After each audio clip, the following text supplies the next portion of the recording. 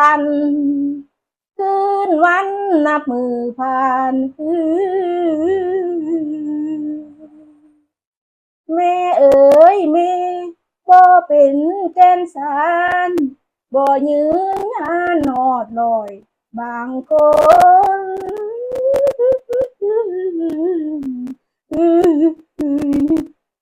บางคนเมื่อบ่ฮอดปา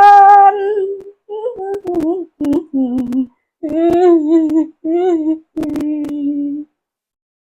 บางคนบ่เมื่อฮอดปานมาตายม้อยอยู่ครึ่งทาง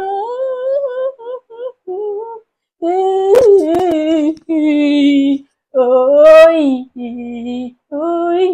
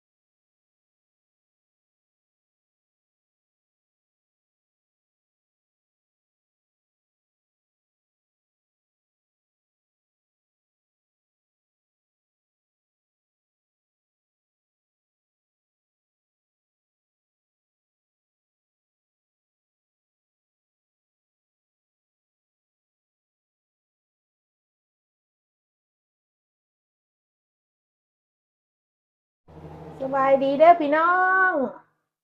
ปิ้งข้าวจี่ฮ้อนๆมื้อนี้มื้อวันศุกร์ตอนแลงเด้อพี่น้องมื้ออื่นนี่ไปอันวัดเด้อไปอันเพิ่นสงกรานต์เดย์ได้มื้ออื่นนี่ซื้อข้าวจี่ไปกิน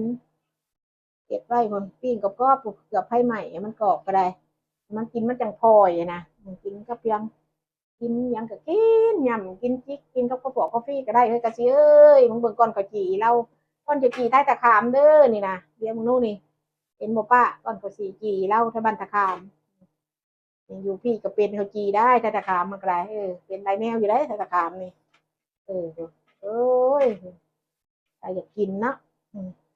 ถ้าจะกินก็กินแล้วพี่น้องเอ้ยกินโลดเด้อกูกะสิข้าวจี่กูเบิ่งแม่ป้าจี่เรายังปิ้งบ่แล้วนี่ปิ้งแล้วก็สิถอกออกแล้วก็สิเมี่ยนนี่มันนั่นแล้วก็สิหั่นล่ะเฮ็ดไปวัดไปว่า